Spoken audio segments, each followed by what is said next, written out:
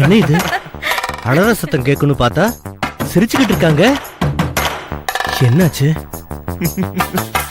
Sir? போலாமா sir? என்ன mister ராகுல், உள்ள யாரோ சிரிக்கிற சத்தம் கேட்டுச்சு? ஆமா சார், என் ஒய்ஃபும் அவ க்ளோஸ் ஃப்ரெண்டும் 2 பேரும் பேசிக்கிட்டு இருக்காங்க சார். ஃப்ரெண்டா? ஆமா சார். யார் அவரு? யாரோ ஜாக்கியா. ஜாக்கியா? ஆமா சார். ஏன் சார்?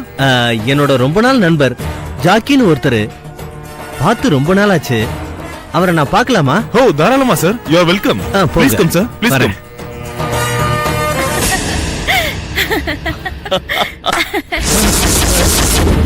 கொலை பண்ணிட்டு வாடானா கொஞ்சிக்கிட்டு இருக்கியா? வாங்க சார்.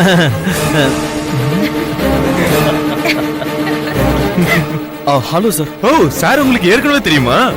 இல்ல தெரியாது. அப்போ நீங்க சொன்ன ஃப்ரெண்டு ஜாக்கி இவர் இல்லையா? இவர் வேற, அவரு வேற. ஓ என்ன கல்பனா, இவ்ளோ நடக்கிறப்போ ரொம்ப மனசு விட்டு சிரிக்கிற? ஜாக்கி சொல்ற ஓனோ அப்படி இருக்கு. சார், அப்படி என்னதான் சொன்னீங்க? இந்த வீட்டுக்கு நான் எப்படி வந்தேன்னு சொன்னேன் சார். நானே கேட்கலாம்னு நினைச்சேன். நானே வெளியே இருந்து பூட்டை திறந்துகிட்டு உள்ள வந்தேன். நீங்க எப்படி வந்தீங்க?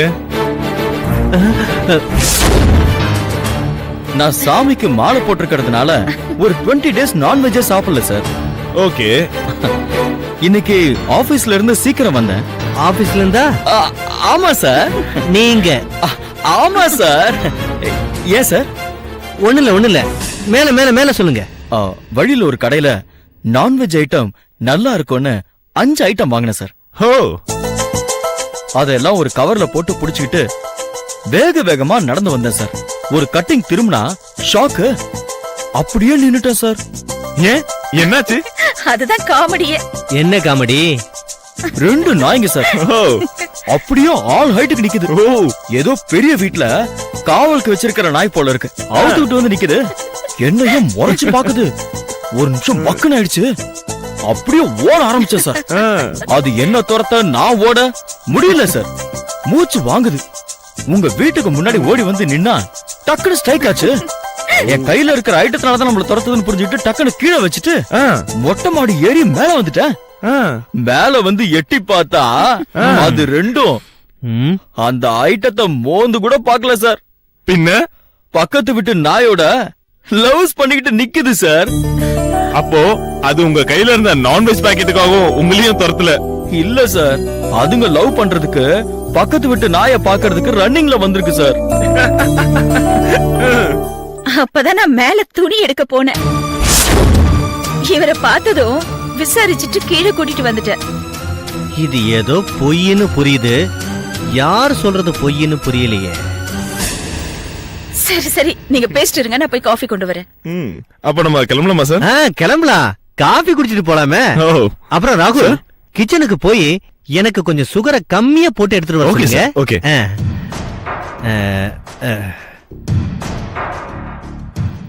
ஏய், என்னையா டிராமா அது? சார், அப்புறம் சொல்றேன் சார். அவளை கொல்ல போறியா இல்லையா? இல்ல சார். பின்ன வச்சுக்க போறேன் சார். அந்த பொண்ணு நல்லா இருக்கா, அதான் கரெக்ட் பண்ண போறேன்.